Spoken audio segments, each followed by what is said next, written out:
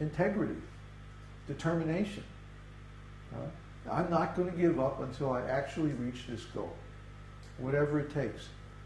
And Krishna, when he sees that determination, he talks about this in Bhagavad-gītā, vyavasayatmika buddhi, that totally fixed determination, that intelligence that says, I know this thing is real, now how do I get to the reality of it?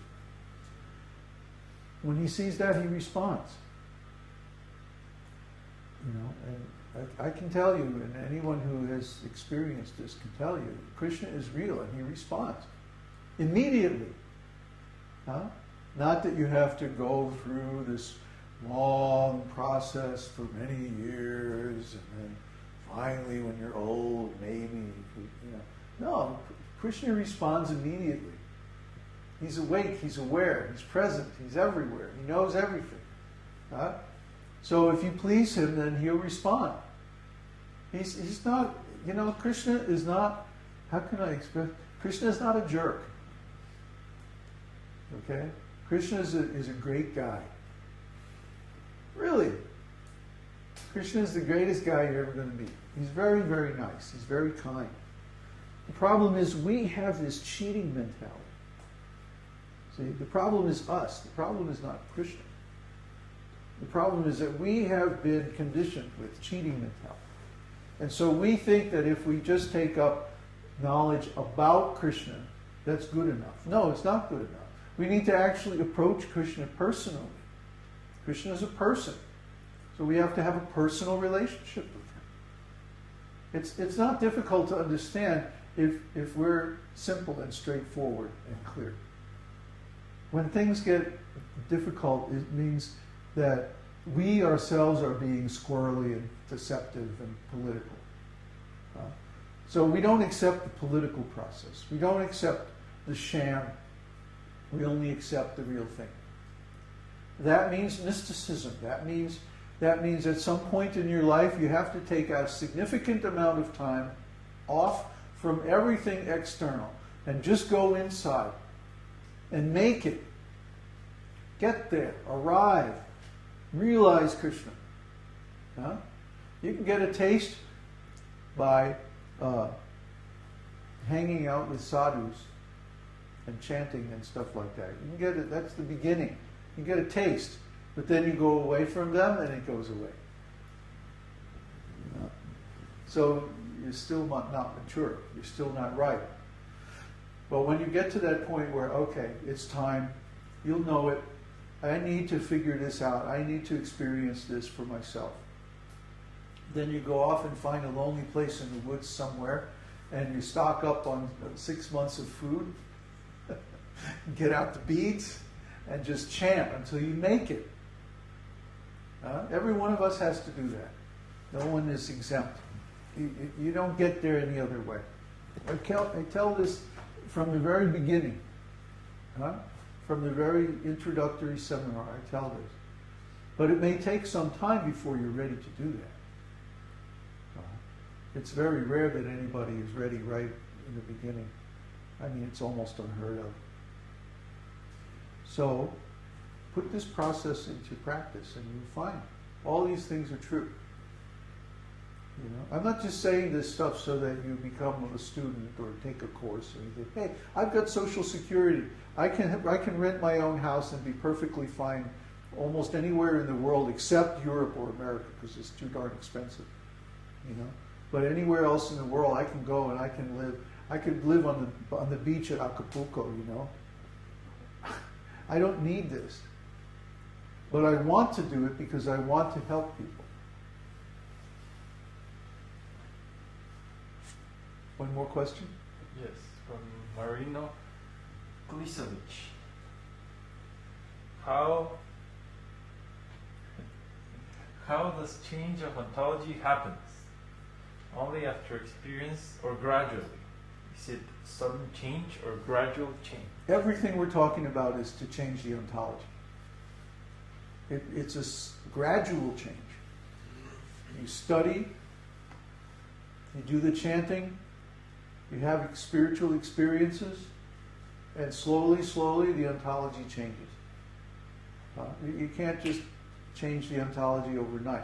But you'll find that you have moments of great insight when you make sudden advancement. It's like the preparation takes a long time and the actual advancement happens very quickly. Yeah. Yeah, it's a quantum leap. It's things build up for a long time and then boom, all of a sudden you make a breakthrough. So that's just the way it works. I don't know anybody who could just come in and like hear a couple of satsangs and then immediately they're advanced. That doesn't happen. What happens usually is that there's a long period of study and cultivation and learning, then gradually putting that knowledge into practice, and then after one becomes purified, all of a sudden there'll be this breakthrough. And you go to the next level. And sometimes then you fall down again, and you have to come back. Sometimes 2, 3, 4, 5 times, until you finally make it permanent or steady. Steadiness comes from purity. And purity is something that has to be earned. It can't be, you can't go down to the purity store. Yeah, give me a ton of purity, please. It's not something you can buy. It's something, or get. It's something you have to become. So it takes some time. If this was easy, everybody would do it, right? It's not easy. It's simple, but it's not easy. It takes some time. So be patient, but keep up the enthusiasm by associating with other devotees. And then eventually in time you will get there. And all these things we're talking about will become like everyday realities, everyday certainties. So, any more questions?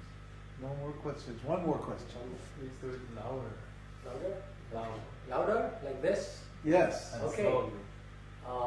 The question I had was, until we have that experience, whenever we read the scriptures, we're basically misunderstanding it, right? Because yes. So the way we deal with it is just to understand that right now we are not understanding it fully, but that eventually we should be able to understand it perfectly. Yeah, we have a provisional understanding. Just like let's say I'm studying flying a plane. I've never flown a plane in my life. Maybe I've flown in a plane, but I haven't actually flown a plane. So I read all these books, aerodynamics, FAA, tower control protocols, the radio frequencies, navigation, weather, so many things I have to know before I'm qualified to get in the pilot's seat and actually fly. And even then I have to have an instructor and so many things. So when you're in an association of devotees led by a qualified spiritual master, it's like flying in the plane. You're a passenger. You're going up and moving around in the air and everything and landing, but you're not in control. Somebody else is in control. So then you get some experience in flying and you say, this is cool, I want to become a pilot myself and learn to fly. So then you study the books, and you study the books. When you're studying, you're always thinking, one of these days I'm going to put this knowledge into practice when I'm qualified. But at this point, it's just academic, it's just theoretical. It's background knowledge. It doesn't become realized knowledge until you actually go down and you sit down in the seat with the instructor. First you have to pass a test. You actually know all the background stuff. It's called ground school. And then you get to take actual flying lessons. And the instructor is there just to remind you if you forget something. You actually have to do it.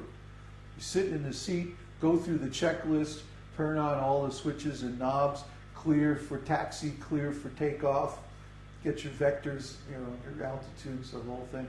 change the frequencies. You have to do it all. The instructor is just there to remind you, okay, now you have to change the frequency to the taxi tower, now to the control tower, now to the flight control, now to the weather. See? He just reminds you all of these things. So similarly, in spiritual life, there's like ground school. It means learning all of the terms, going through all the books, learning about all the procedures, everything, and then practicing them. Maybe before you actually fly a plane, you practice in a simulator. So we have a simulator. It's called a temple. See? And then Gaura-Nitai are here, Radha Krishna is here, and Sringadev, Srila Prabhupada, they're all here. And you get to practice serving them. See? In deity form, in a temple. That's like a simulator. Then finally, one of these days, you're going to be able to sit down in the cockpit of your consciousness